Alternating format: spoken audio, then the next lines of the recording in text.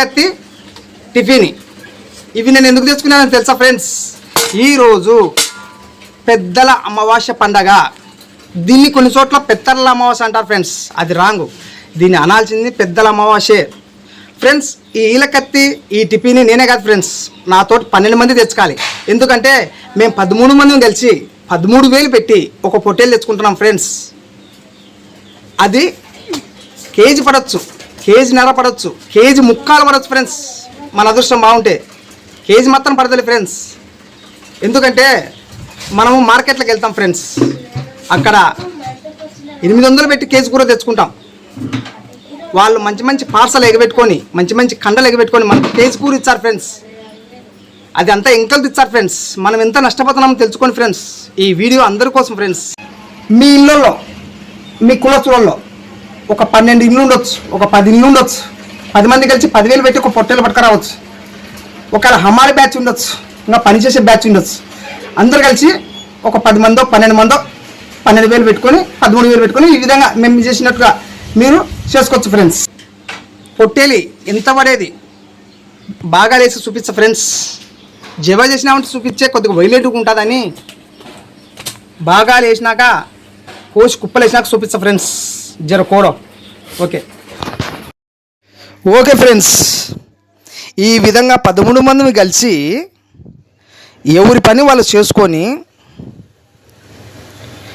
సమానంగా ప్రతి ఒక్క ఐటము సమానంగా కోసి సమానంగా వేసి కండలు చూడండి ఫ్రెండ్స్, ఎంత దండిగా కండలు ఉన్నాయి. ఒక్కొక్క కుప్పకు ఒక్కొక్క భాగానికి ఎన్ని కండలు ఉన్నాయో చూడండి ఫ్రెండ్స్.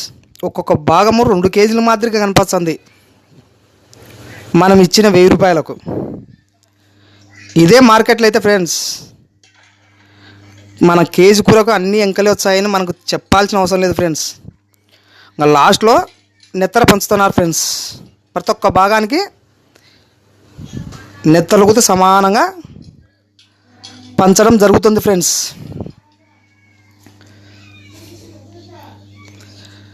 తర్వాత ఒక తక్కెడ తెచ్చుకొని మనకందరికి సమానంగా రావాలి కదా కూర, అదన్నిటివి మనము అందాజుకి వేసినాం అన్నమాట. అన్నీ సమానంగా కోసి ఆ విధంగా తక్కెడ ఒకటి తెచ్చుకొని ఒక భాగాన్ని తక్కెడలో ఎత్తాలి ఫ్రెండ్స్. ఎత్తి మనము 2 కేజీలు కుప్ప మాత్రం ఉంది కాబట్టి కేజీ ముక్కాలు పెట్టినాం.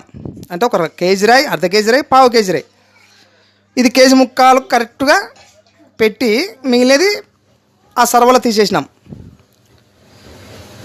కేజీ ముక్కాలు ఆడబెట్టినాం ఒకటి. నెక్స్ట్ 2వ కుప్ప ఎత్తుకొని, అది అడ్డం ఉందని అంచుని ఎత్తున్నాం, లేదంటే ఆ లాస్ట్ ఉంటే ఎత్తుదాము. అది ఎత్తుకొని మళ్ళీ అది తూకం ఎత్తున్నాం ఫ్రెండ్స్. కేజీ ముక్కాలు ఉందా లేదా అని పరిశీలించితే కరెక్ట్గా కేజీ ముక్కాలు వచ్చింది ఫ్రెండ్స్. అది తర్వాత 3వ కుప్ప, ఈ విధంగా 3వ కుప్ప ఎత్తి దీన్ని చూద్దాం ఫ్రెండ్స్.